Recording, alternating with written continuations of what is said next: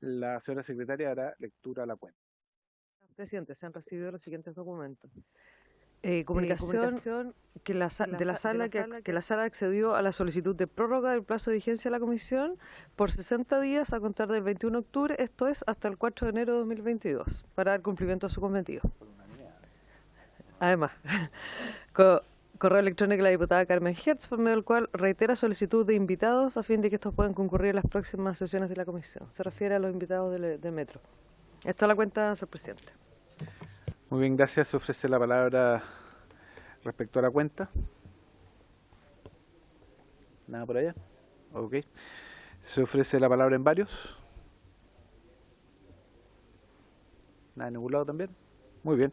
Vamos entonces a la orden del día. Esta sesión ordinaria ha sido citada con objeto de escuchar sobre la materia de la investigación a 2 invitados, de 3 a 4. Estamos un poquito atrasados, pero al abogado de la Defensoría Popular, señor Lorenzo Morales Cortés, que está aquí presente, defensor en causas por incendio en la estación Metro Pedrero, quien asiste en forma presencial. Le agradecemos mucho su presencia.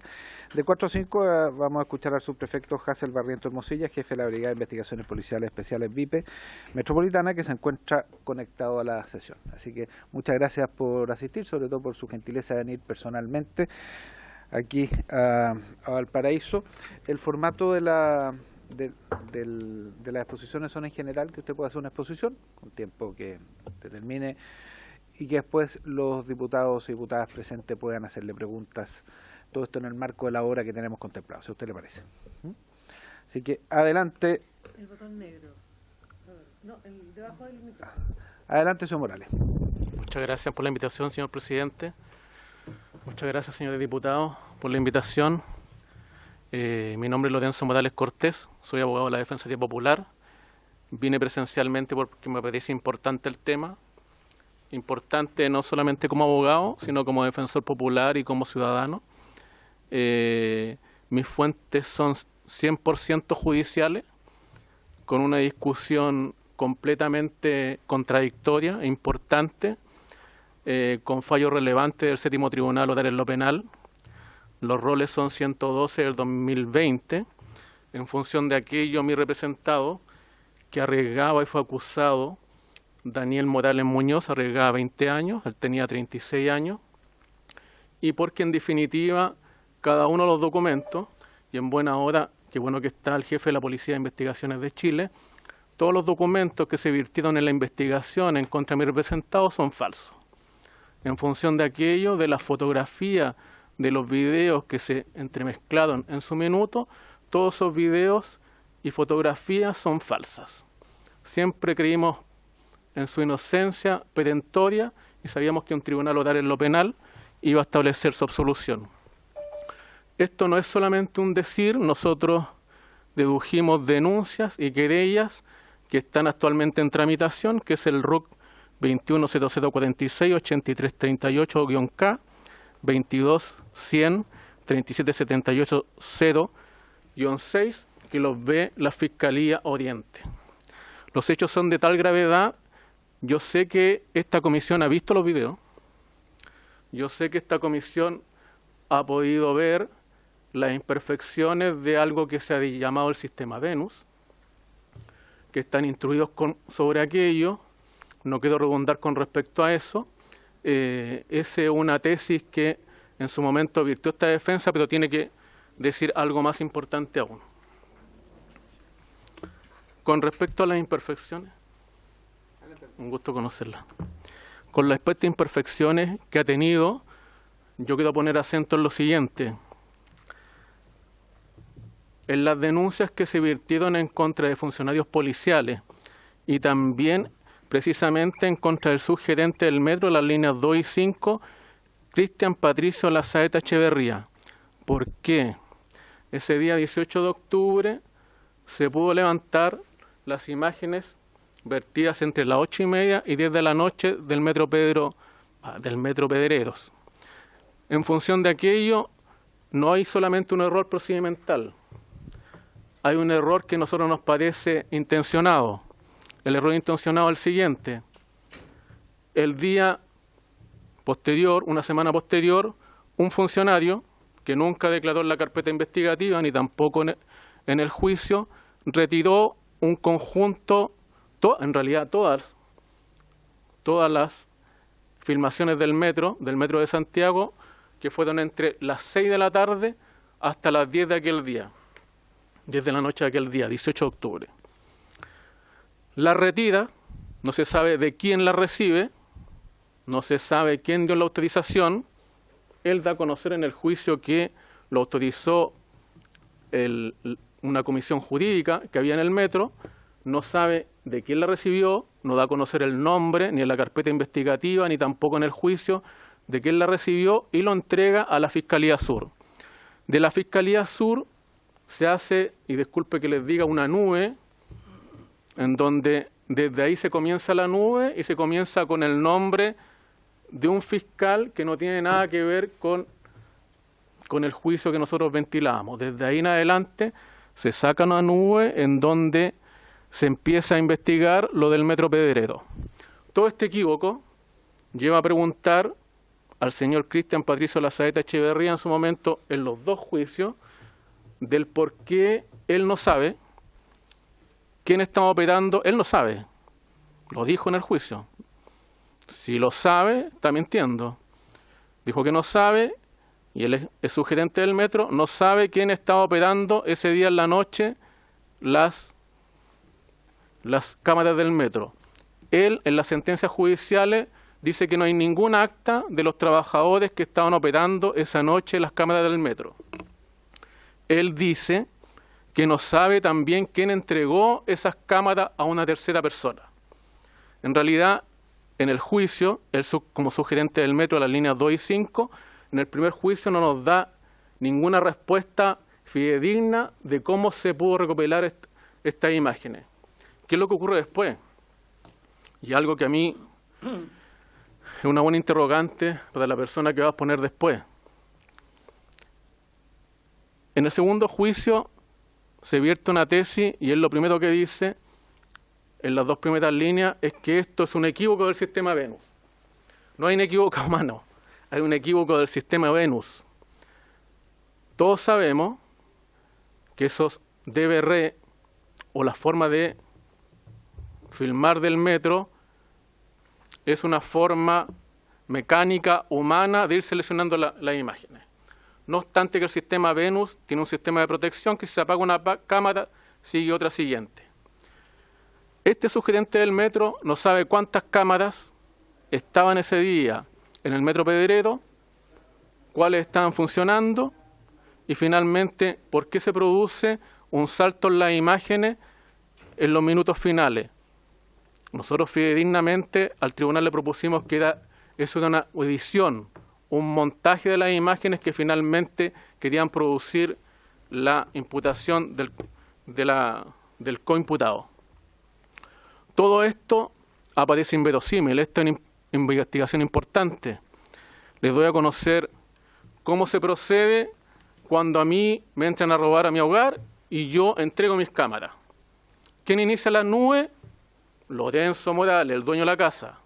¿Quién sigue después? El que recibió las cámaras. Aquí la nube la inicia el fiscal regional de la zona sur, después se la entrega al fiscal Omar Mérida. Es decir, esto hay un manto de duda. Y vuelvo a reiterar, ¿por qué no sabe el señor Cristian Patricio Lazaeta Echeverría quién estaba tampoco y a quién él manda? O sea, ¿cómo no puede decir o aproximar quién estaban operando esas cámaras del metro esa noche? ¿Cómo él puede no saber si hay qué trabajadores estaban ese día en la noche? Nosotros podemos aventurar algunas cuestiones, pero queremos que esa aventura lo haga la Fiscalía Oriente a través de las denuncias y los RUC que dio a conocer. Eso me parece serio. En función de todo lo demás, le digo que mi representado fue absuelto no por este equívoco de las cámaras, sino porque, y lo vuelvo a reiterar, todos los partes policiales y las investigaciones que hizo la Policía de Investigaciones establecía una imputación falsa a mi representado. Lo lamentamos porque él estuvo 1 año y medio preso.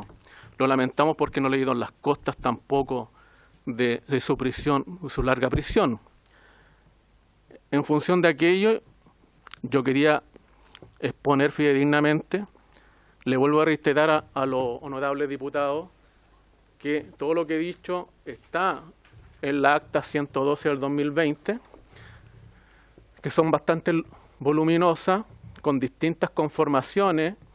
El Tribunal Oral en lo Penal estableció la inocencia de mi representado y nosotros en su minuto, en la parte intermedia, establecimos una hipótesis que yo creo que nos hubiera dado bastantes luces y que también le quiero manifestar a vuestro honorable. Cuando nosotros nos acercamos a pedir una prueba a favor de nuestros representados, cuando estuvieron imputados en un inicio, había un informe de inteligencia en donde decía que venezolanos y cubanos habían arremetido en contra del metro. Y posteriormente, antes de nuestro juicio oral, el 6 de marzo del 2020, Megavisión, en una conversación y en una entrevista de 36 minutos al actual presidente de esa época, don Sebastián Piñera Echeñique, él dice que tiene información de quiénes quemaron el metro. Nosotros, como defensores cuidadosos, quisimos citar al señor Piñera al juicio, lo que nos fue vedado por el 13 juzgado de garantía, que es el juzgado intermedio. Nuestra preocupación es la siguiente. Aquí se cruza información de ciertos policías de la Policía de Investigaciones y también ciertos policías del OS9 de Carabineros. Policías del OS9 de Carabineros que no llegaron por lo menos al Metro Pedrero, sino que llegaron al Metro La Granja. Policías de Carabineros que vamos a empezar un nuevo juicio como defensa en un juicio que se llamaba el Hotel Principado. Ellos son capitanes y son parte de la oficialidad del OS9 de Carabineros, y en esto, por eso le digo que se dejen las actas del juicio, es necesario porque los policías dan una declaración de quién es su jefe en un juicio y dan una declaración de quién es su jefe en otro juicio. Yo no sé a quién quieren esconder, son hipótesis que se plantearon en los juicios. A mí me parece que todo esto, y vine presencialmente, una nebulosa que perjudicó a mi cliente, también perjudicó a la ciudadanía chilena. Yo actualmente vine en Turbú, me vine después en la 214 que llega a mi casa, entonces también tomo el metro hasta el Metro Ciudad del Niño, soy usuario del metro y nos perjudicó en general a toda la ciudadanía chilena. A disposición las actas, las traje, a disposición las investigaciones que se han vertido en contra incluso de un fiscal de la Fiscalía Oriente. A disposición voy a dejar también, en función de cuáles son las trabas que ha tenido esta investigación. En su momento teníamos más trabas porque estaba a cargo de la Fiscalía Oriente el fiscal Guerra, que en su momento, cuando uno deducía alguna querella, alguna investigación, cerraba inmediatamente las investigaciones, entre ellas la de Sebastián Piñera. No es por politizar el tema, son cuestiones que están, y lo vuelvo a reiterar, mis fuentes son 100% judiciales, se pueden ver. Hoy día la Corte Suprema ha tomado algunos requerimientos para que no se vean a la luz pública, pero yo los dejo, lo traigo para que la comisión lo tenga y finalmente se puedan hacer las preguntas precisas contra el jefe de la Policía de Investigaciones, que posteriormente va a declarar, y que finalmente se investigue, porque hay una nebulosa que no podemos esperar más de 40 años, disculpe que lo diga no como jurista, sino no como ciudadano, no podemos esperar más de 40 años de quiénes son los culpables. Muchas gracias. Muchas gracias al abogado señor Lorenzo Morales Cortés de la Defensoría Popular, defensor en causas por incendio en la estación Metro Pedreros. Vamos a ofrecer la palabra. Diputada Hertz. Gracias, presidente. En primer lugar, me excuso por haber llegado atrasada. Estaba en una sesión especial de la Comisión de Defensa. Estábamos con el diputado Carter. Y es posible que en mis consultas, de alguna manera, la exposición a través suyo, presidente, que ha hecho el abogado Lorenzo Morales, hayan sido ya resueltas. La primera es que respecto, bueno, sabemos que ambos representados suyos fueron absueltos de manera unánime en el primer juicio, ¿no es cierto? Por el Séptimo Tribunal Oral de lo Penal de Santiago, en razón de existir problemas de legalidad, coherencia y fe en lo que la prueba intentó acreditar, y una grave inconsistencia en la única evidencia que podía situar a alguien en el interior de la estación del Metro Pedrero, realizando la conducta y problemas con la cadena de custodia. Después se interpuso un recurso, ¿no es cierto?, de nulidad, se realizó, uy, ¿qué es eso que suena? Ya. Se realizó un segundo juicio. Benjamín Salazar fue condenado a 2 años de internación y 3 de régimen semicerrado, y Daniel Morales fue absuelto. Entonces, la pregunta tiene que ver con lo siguiente. Respecto al video, ¿cómo se valoró como medio probatorio en la sentencia del primer juicio que los absolvió? La segunda pregunta es que, además del video en el primer juicio, se discutió la ilicitud de esta prueba, tengo entendido, o de otra. ¿Qué fue lo que se discutió sobre la cadena de custodia y cómo quedó plasmado aquello en la sentencia? Y en tercer lugar, ¿qué sucedió con el valor probatorio de estas evidencias, entre comillas, si son o no son evidencias, en el segundo juicio? ¿Y cuál fue el hallazgo en materia probatoria que ustedes como defensa hicieron en el segundo juicio? Esto es porque a través suyo, abogado Lorenzo Morales, usted ha afirmado en medio de comunicación que descubrieron que las cámaras fueron adulteradas y que habría una persistencia en la vulneración de la norma al no hacer referencia suficiente de los videos sobre quién grabó las cámaras, quién levantó las imágenes, quién entregó esas cámaras y quién las apagó, lo que conduce a afirmar una posible manipulación de las pruebas presentadas. Gracias, presidente. Muchas gracias, diputada. ¿Alguna otra pregunta? Diputado Palma. Gracias, presidente. Más que una pregunta, quería hacer un comentario y no sé si es pertinente que yo pregunte lo que quiero preguntar. Usted me dirá. Don Lorenzo, quería agradecerle por su intermedio, señor presidente, por la presentación. Esta exposición coincide con otros relatos y otras exposiciones que hemos tenido, como por ejemplo de don Rodrigo Román, o reportajes que hubo en televisión, que fueron además respaldados por la periodista que nos acompañó unas semanas atrás, o por el perito judicial que también vino a la comisión.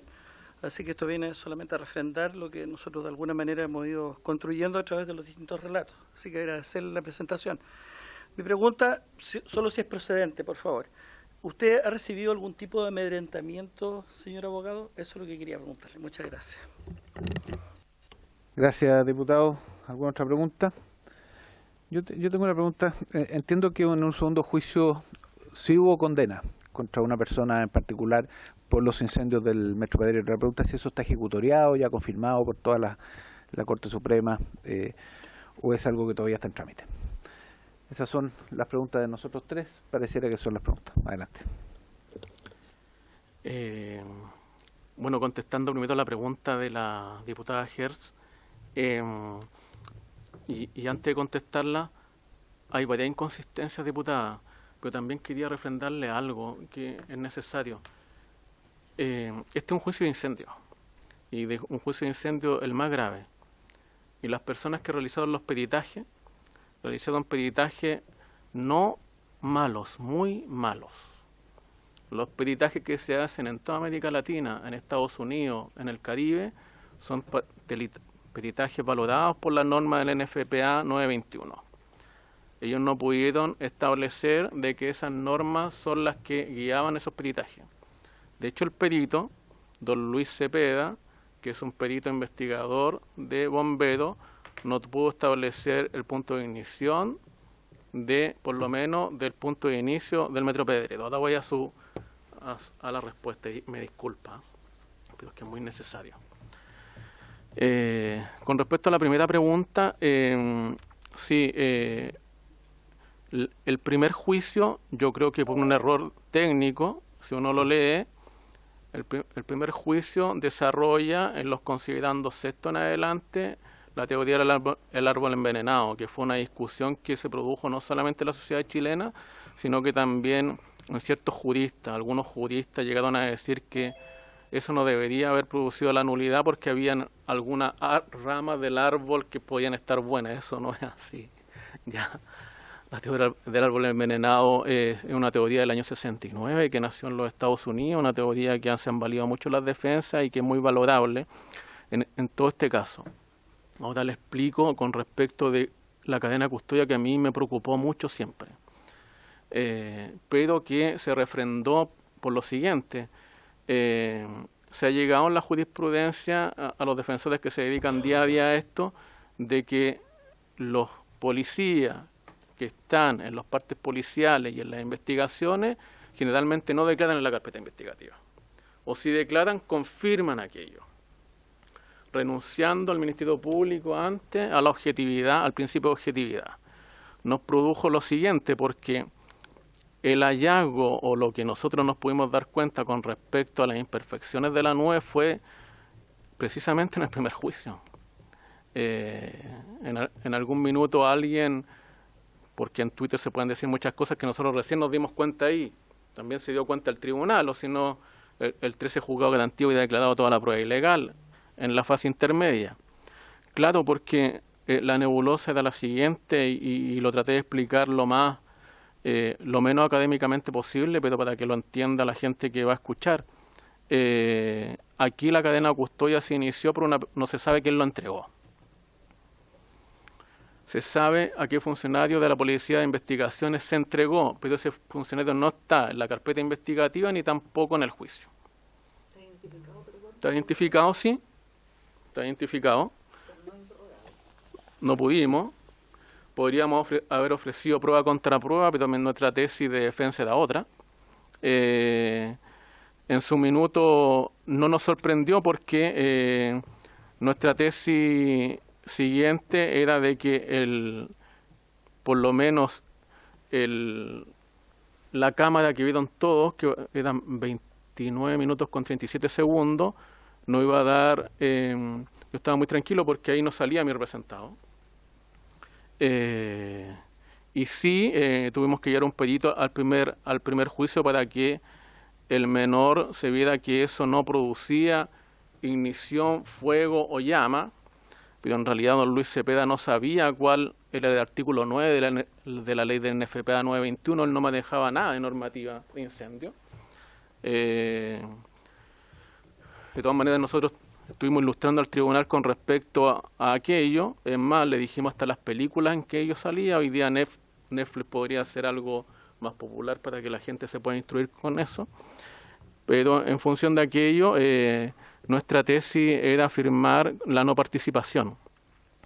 Esto fue un hallazgo que se vio con respecto a la cadena de custodia que impresionó mucho al presidente del Séptimo Tribunal Oral en lo Penal, pero su desarrollo de la primera sentencia fue en función de esa prueba envenenada y la mala manipulación. De hecho, cuando ellos cambian de mano, tienen que decir la fecha y todo lo demás, y todo eso estaba mal. Y quién había manipulado, todo eso estaba mal. No quiero nombrar a los policías porque eso está nombrado en la sentencia. No lo quiero hacer. Y en el segundo juicio ocurrió algo que nosotros, el juicio se corroboró con una declaración que hizo el menor en sede del juzgado de garantía, que fue para obtener su arresto domiciliario total. Nos pareció una transgresión al debido proceso. El juzgado dejó que ocurriera aquello, está transcrito a ello. En buena hora, la sociedad chilena en su momento trasvasijó todos los derechos internacionales de derechos del niño. Está la ley de RPA, pero hay una ley muy importante, la 21.430, en donde se trasvasijó todos los tratados internacionales y ahí él pudo recobrar su libertad ambulatoria, Benjamín. Además que se tenía que escuchar la impresión de los delegados del Sename y Benjamín había tenido un muy buen actuar y comportamiento dentro, no obstante que en su momento le habían pegado entre 3 funcionarios del Sename. Eso se tradujo un poco antes, 2 semanas antes, en que nosotros hicimos una cautela garantía y también le habían inducido a drogarse, que también fue bastante fuerte y se supo en la opinión pública porque en su momento la Defensoría de las Niñez nos llamó para hacerse parte de la cautela garantía. El segundo juicio fue de esa manera. Nos sorprendió porque uno de los derechos prevalecientes de una persona es guardar silencio. Aquí se hizo de esa manera, aquí de una manera indirecta, de no guardar silencio. Nos pareció grave, pero en buena hora también Benjamín pudo recobrar su libertad ambulatoria. ¿De qué recibió amedrentamiento? Yo no tuiteo mucho. No, Instagram estuve sancionado porque en su momento compartí una noticia de un eurodiputado. Amedrentamientos varios. Pero es parte de la labor que he tenido como defensor popular ya de más de 15 años.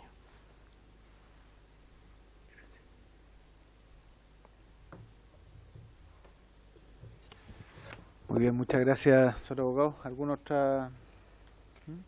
¿Sí? Diputaje. Me contestó lo de la causa, ¿no? Lo de la causa ejecutorial. ¿O está ejecutorial la condena o está en trámite todavía? Está ejecutorial la condena, sí. Adelante, diputada Hertz. Está sin micrófono.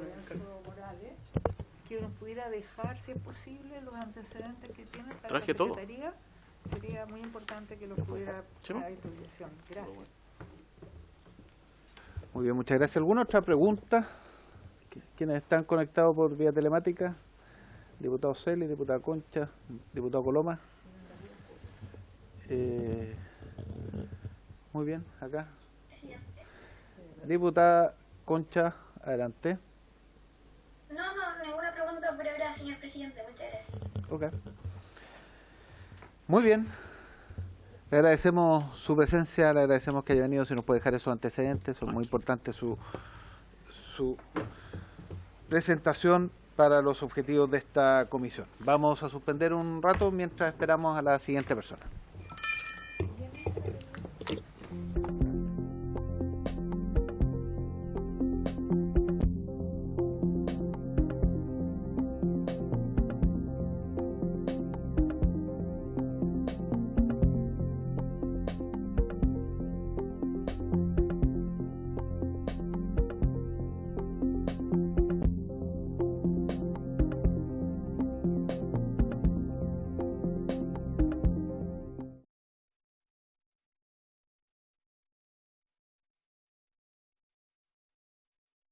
Jefe de la Brigada de Investigaciones Policiales Especiales VIP Metropolitana, que se encuentra conectado. Le agradecemos su presencia, le agradecemos además que haya tenido la disponibilidad de adelantar 15 minutos, porque como terminamos antes con la persona que estuvo antes, le agradecemos mucho que esté presente. Le contamos, su prefecto, esta es una comisión especial investigadora que tiene incendios que en octubre de 2017 en distintas estaciones del metro de la región metropolitana, y tiene el objeto de ver investigar las eventuales deficiencias o omisiones que puedan haber tenido distintos organismos del Estado en esta materia. Naturalmente no nos corresponde inmiscuirnos en otro poder del Estado, particularmente las cosas que tienen que ver con el Poder Judicial. En ese marco es que lo hemos invitado, y la forma como hemos trabajado con los demás invitados e invitadas que hemos tenido es que puedan hacer una exposición respecto al tema en cuestión, aquellas cosas que a usted le parece que tiene que conocer la comisión, saber la comisión, o cuál era su rol específico en su momento y hoy día, y a partir de ello después vienen preguntas de los diputados y diputadas. ¿Sí le parece?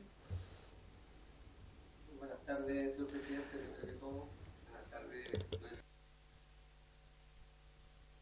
Efectivamente, como Policía de Investigaciones y yo como actual jefe de la Brigada de Investigaciones Policiales Especiales, en encargada de investigar estos hechos ocurridos a contar del 18 de octubre del año 2018.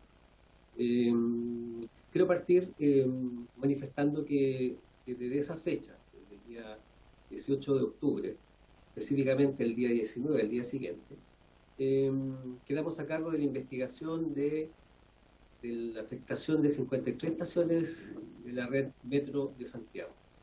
Esto por disposición del Ministerio Público, que primeramente en una reunión de coordinación había partido como fiscal exclusivo para esta investigación, para toda la región metropolitana, el fiscal jefe de la Fiscalía Regional Metropolitana Sur, fiscal Barros, quien posteriormente, el día siguiente, luego de otra reunión, se decidió dividir esta investigación por las 4 fiscalías regionales de la región metropolitana. No obstante, primeramente, a través de el primer fiscal a cargo, se solicitó, lógicamente, la primera evidencia que estaba a la mano, que se trata de los respaldos audiovisuales que mantenía el Metro de Santiago con sus sistemas de seguridad, lo que corresponden a alrededor de 12 teras de información relacionada a las cámaras de seguridad de todas las estaciones del Metro de Santiago. Fue así que el trabajo comenzó con un archivo madre, el que guardaba toda la información de todas las estaciones, el que demoró algunos días para poder ser recabada y que posteriormente fue levantada con el protocolo correspondiente, que es a través de la cadena de custodia, y se derivó conforme a los distintos hechos ocurridos en las distintas estaciones. Siempre a través de la cadena de custodia respectiva y siempre amparados a las instrucciones entregadas por el Ministerio Público. Fue así que se logró, a través de esas imágenes, detectar hechos puntuales que ponían en evidencia distintos sujetos actuando en las diversas estaciones del metro que fueron vandalizadas o afectadas. Nos vamos a referir derechamente a la estación del Metro Pedrero, que es la que nos convoca, y exclusivamente en esa revisión de imágenes se pudo detectar la presencia de una persona de sexo masculino, al parecer a la vista, el que fue posteriormente identificado a través del análisis de las redes sociales y posteriormente individualizado. Quien sobre la base de la información levantada a través de las cámaras de seguridad del mismo Metro de Santiago y la evidencia obtenida a través del análisis de las redes sociales, se pudo identificar a este autor. Es que posteriormente, a través de los informes y el trabajo del Instituto Suceso también relacionado a la investigación, se presentaron las evidencias necesarias, las que culminaron con el primer juicio oral, el que lamentablemente, por un error involuntario de tipeo o de escritura en una de esas cadenas de custodia, quedó invalidado en esa oportunidad. Me quiero referir efectivamente a ese detalle, a ese error involuntario en la escritura hecha en esa cadena de custodia, la que anteriormente fue, cierto, manifestada por el abogado. En esa ocasión, ese fallo en la escritura fue enmendado, ese error fue enmendado en el rubro observaciones de la misma cadena de custodia. Lo que fue presentada en la etapa de presentación de pruebas previos al juicio oral fue aceptado por la misma defensa, por el Ministerio Público, como una prueba válida. No obstante, en el juicio respectivamente, eso fue nuevamente sacado a colación y se refirió nuevamente a ese error en esa enmendadura. Lo que posteriormente finalizó con decretar cierto inválido de este juicio y la libertad y el sobreseimiento de estos dos imputados. No obstante, el Ministerio Público apeló a esa resolución judicial y se decretó la invalidez de este juicio, proponiendo y fijando una nueva fecha para un nuevo juicio oral, en el que se presentaron nuevamente las evidencias audiovisuales presentadas en su oportunidad con todos los informes respectivos y todas las evidencias que sitúan al imputado condenado, menor de 16 años, de 18 años, ¿cierto? Benjamín, y al que es condenado por el delito de incendio, y fue sobreseído su tío, mayor de edad. Ese es como un resumen general del trabajo realizado como PIPE Metropolitana, específicamente en la estación del Metro Pedrero. Gracias, subprefecto. Vamos a abrir ahora las palabras a los diputados y diputadas presentes. Diputada Carmen Hertz. Gracias, presidente. Bueno, a través suyo agradecerle al jefe de la VIPE que haya concurrido a esta sesión y nos entregue antecedentes y esté disponible para las preguntas y dudas que tengamos los parlamentarios. Para introducir mi pregunta, quiero señalar una parte de lo fallado en la primera sentencia absolutoria a la cual se refiere el jefe de la VIP, el señor Hermosilla, que dice que fue por un error que significó la prisión preventiva por bastantes meses de una persona. Señala esta parte que quiero leer de la sentencia absolutoria, que la prueba rendida para acreditar la participación del segundo de los delitos, es decir, el incendio, deviene un serio problema de legalidad, coherencia y fe en lo que en ella se intentó acreditar. La grave inconsistencia en la única evidencia que podía situar a alguien al interior de la estación del Metro Pedrero realizando la conducta descrita, es decir, la quema, era la referida en la cadena de custodia, que habría sido levantada sin saber por quién, desde dónde y en qué momento. Cierro comillas, así lo dice expresamente la sentencia. Entonces, mi expedición, señaló el señor Hermosilla que esto era un error, pero bueno, el error es bastante cuantioso, sobre todo que significó, como digo, la prisión preventiva por meses de una persona, ni más ni menos. Querría que me explicara en detalle cuál fue la cadena de custodia que se tuvo respecto a las imágenes de las cámaras de televigilancia y que se especificara, por favor, señor jefe de la VIPE, qué unidad realizó la pericia de las imágenes, cuál es el protocolo, si es que hay algún protocolo que se sigue en estos casos y si existe ese protocolo, si se aplicó o no se aplicó, quién operaba las cámaras, qué funcionario hizo el levantamiento y extracción de las imágenes, cuánto tiempo tuvo almacenadas las imágenes la PDI y qué funcionarios de la PDI estaban a cargo de esa custodia y a qué autoridad fueron en definitiva entregadas y en qué fecha. Muchas gracias, presidente. Muchas gracias. ¿Alguna otra pregunta? Yo tengo una pregunta, subprefecto. Entiendo que los hechos son los siguientes. Primero hay un primer juicio en que se absuelve a los dos acusados. Segundo, hay una nulidad de ese juicio producto de una solicitud del Ministerio Público y se declara nulo ese juicio. Después hay un segundo juicio donde uno de los dos acusados es condenado y el otro es absuelto. Juicio que entiendo que está ejecutoriado, le preguntábamos eso a la persona que vino antes. Mi pregunta es primero si efectivamente esta es la cadena, ¿no?, de hechos, el cronograma de hechos. Y lo segundo, si para el segundo juicio donde se produjo la condena, finalmente las pruebas fueron las mismas o diferentes. Creo que no hay más preguntas, así que vamos con ello, subprefecto.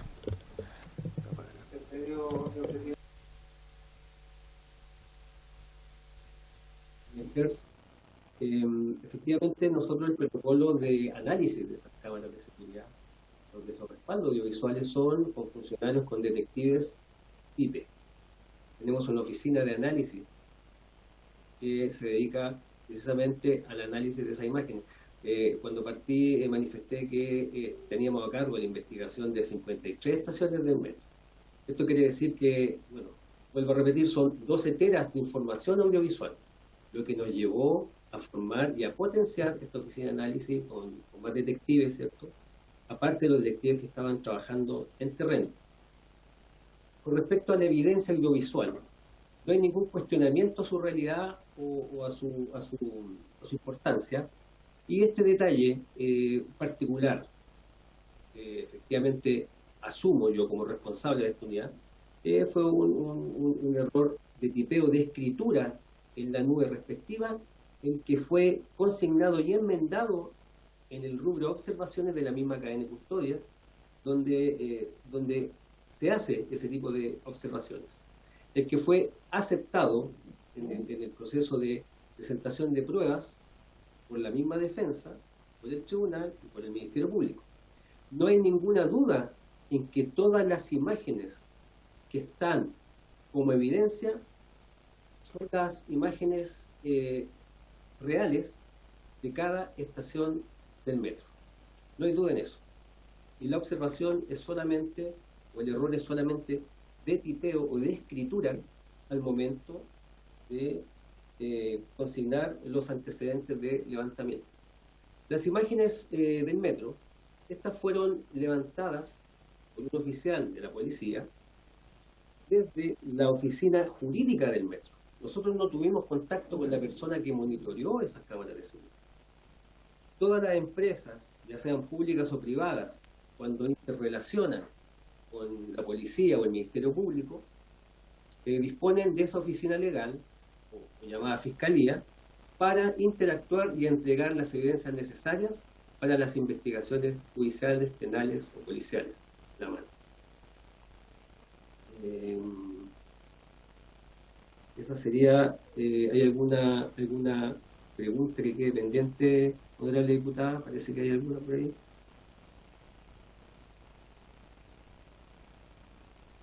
Bueno, y como corresponde, bueno, los funcionarios efectivamente están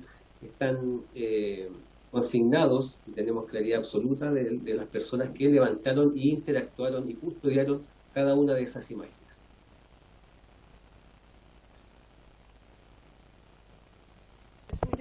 Que no sé si el subprefecto tendrá esa información.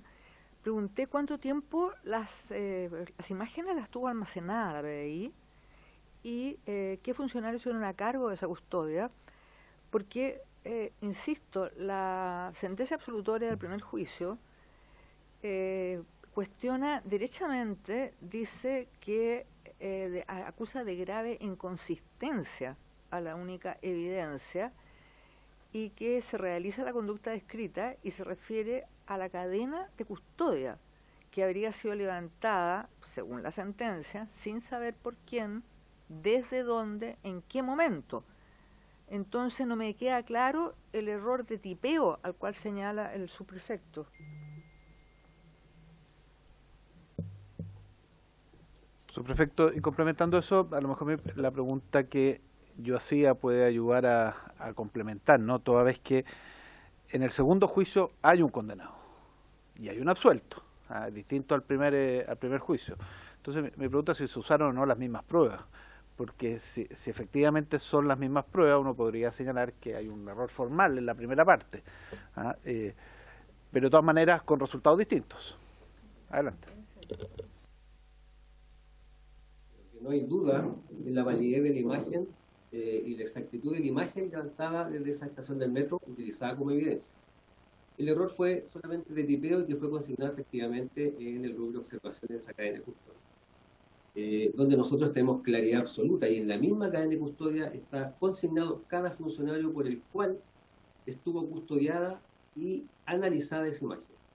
Para ese es el fin del formulario cadena de custodia, ese es el fin de ese documento, darle validez permanente a la evidencia, desde que se levanta hasta que se entrega para su respectiva custodia en la fiscalía respectiva y la que es presentada posteriormente en los juicios a futuro. En este caso fue presentada como evidencia válida en el primer juicio, que fue cuestionada por esa observación o por esa enmendadura o ese error de tipeo, pero que de igual forma en el juicio número 2, donde fue condenado Benjamín, fue utilizado nuevamente como una evidencia clara, concisa y válida.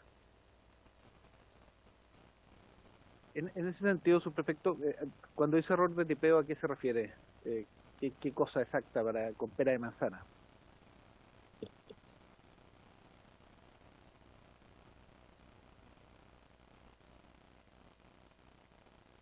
Cuando usted consigna con su puño y letra la fecha del levantamiento de esa evidencia. A eso se refiere, ¿no? Había un error de fecha, día anterior y posterior, de el levantamiento de esa evidencia. Lo que no empaña en absoluto la calidad de la imagen correspondiente a la evidencia en sí. Por eso, de igual forma, fue utilizada posteriormente en el segundo juicio y esa evidencia fue tan válida que permitió la condena del único imputado en este delito. Ok, muchas gracias. ¿Alguna otra palabra? Pregunta al señor subprefecto. Quienes están conectados por telemático, diputado Romero, diputada Concha, ¿alguna pregunta, no? Muy bien, subprefecto, le agradecemos su tiempo, su disposición para venir a la comisión, le agradecemos mucho su presencia. Así que le vaya muy bien. Gracias, señor presidente, muchas gracias, señor diputado, estamos a disposición.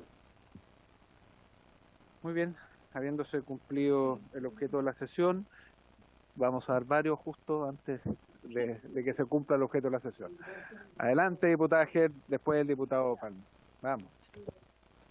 No, presidente, es que yo quiero recalcar que el mandato nuestro tiene que ver con la actuación de los órganos del Estado y del Metro.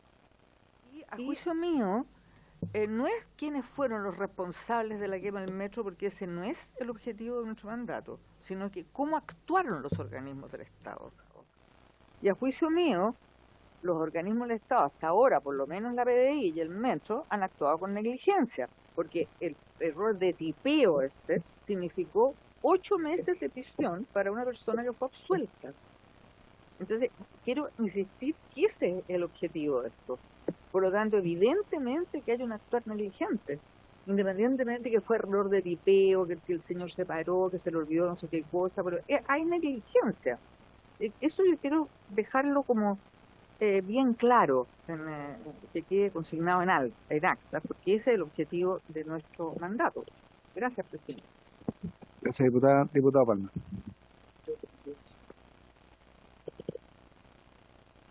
Gracias, presidente. Bueno, se ha expresado hoy día que incluso el expresidente Piñera manifestó estar en conocimiento de la quema del metro.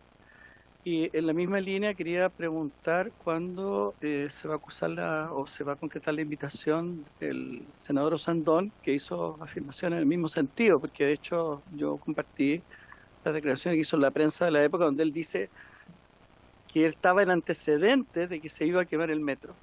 Y creo que es muy importante que él revele cuáles son esos antecedentes, cuáles son sus fuentes.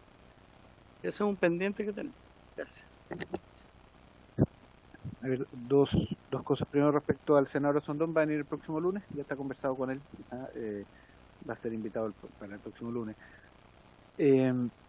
Respecto al alcance de la comisión, como lo entiendo yo, es la responsabilidad que hayan tenido los órganos del Estado y del Metro, pero naturalmente aquellas cosas que son discutibles en el ámbito de los tribunales de justicia no nos corresponde a nosotros estar catalogando o no catalogando la prueba. Ahora bien, dado que hay un error reconocido hoy día por el prefecto, me gustaría que pudiéramos hacer la trazabilidad en el caso del señor Morales, uno de los acusados que después fue absuelto, la trazabilidad respecto a todas sus qué tribunal y con qué tribunal y con qué pruebas o con qué evidencias declaró la prisión preventiva, cómo lo pidió la fiscalía, en fin, porque en ese caso, si efectivamente fuera por un error, como señala la diputada Hertz, hay un caso manifiesto de un error que genera algo indebido. Sin embargo, no me queda claro que esa haya sido la razón de la prisión preventiva, más allá de que hay algo que no calza, no solo en este caso, sino que en varios, ¿no? Cuando hay una prisión preventiva muy alta, sin ningún tipo de condena, eso no está bien en el sistema judicial. eso no está bien en el sistema judicial, sea para este caso o para otro. Pero no me queda claro que haya sido por el error que se señaló hoy día. Entonces me gustaría ver la trazabilidad del juicio en esa materia, para ver si lo podemos oficiar. Adelante, diputada Gers. En que nuestro mandato no es si esa fue la causa de la prisión, la única causa de la prisión preventiva injusta que sufrió el señor Daniel Morales. No es nuestro papel ese. O sea, no es nuestro papel avalar, porque tendríamos que ser tribunales de justicia, para cuestionar cuáles fueron, ¿no es cierto?, los fundamentos de la medida cautelar tal o cual. No es eso. Aquí lo que nosotros tenemos que calificar es la actuación de los órganos del Estado. Y los órganos del Estado tienen que actuar con pulcritud, tienen que actuar con exhaustividad, tienen que actuar con probidad. No pueden actuar con negligencia. A mi juicio, la negligencia es algo que no corresponde en un órgano del Estado en que va a incidir ni más ni menos en la libertad de una persona, ya sea que incida más o que incida menos o que incida de por medio. Eso no nos corresponde a nosotros. Gracias. Sí, estoy de acuerdo con usted, diputada, respecto a que ese es el rol nuestro, ver cómo actuaron los organismos del Estado. Pero dado que usted mismo mencionó que esa era la causa, yo quiero que la tracemos, porque si efectivamente esa negligencia es más grave. Ahora, negligencia es en cualquier caso, y por lo tanto va a quedar consignada como negligencia, pero dependiendo de los efectos, naturalmente que lo hace más grave o menos grave dicha negligencia. Para que quede registrado esta conversación, ya, tiene que prender el micrófono. La sentencia la primera sentencia, la misma sentencia, yo lo reiteré y la comillada, digamos, no es una interpretación mía, simplemente la transcribí, señala que esa evidencia presentada por la BDI carecía de tácala, y por eso anula el juicio. Por eso anulan el juicio. Por lo tanto, cuando decretan la medida cautelar, es en virtud de alguna prueba que le presentaron al tribunal. Muy bien, eso es lo que vamos a trazar. Pero digamos también que una segunda sentencia donde hay condena, y de acuerdo a lo que ha señalado el subprefecto hoy día, sí, por supuesto, aún, lo que ha señalado el subprefecto hoy día es que esa condena se basó en las mismas pruebas. ¿Sí? Por lo tanto, es lo que tenemos que trazarse. Yo no quiero hacer una discusión sobre quién tiene la razón en este punto. Lo que yo quiero es que tracemos los hechos. Para lo cual le vamos a pedir a la Secretaría que haga las... De acuerdo. Muy bien. Ahora sí, ¿alguna otra palabra?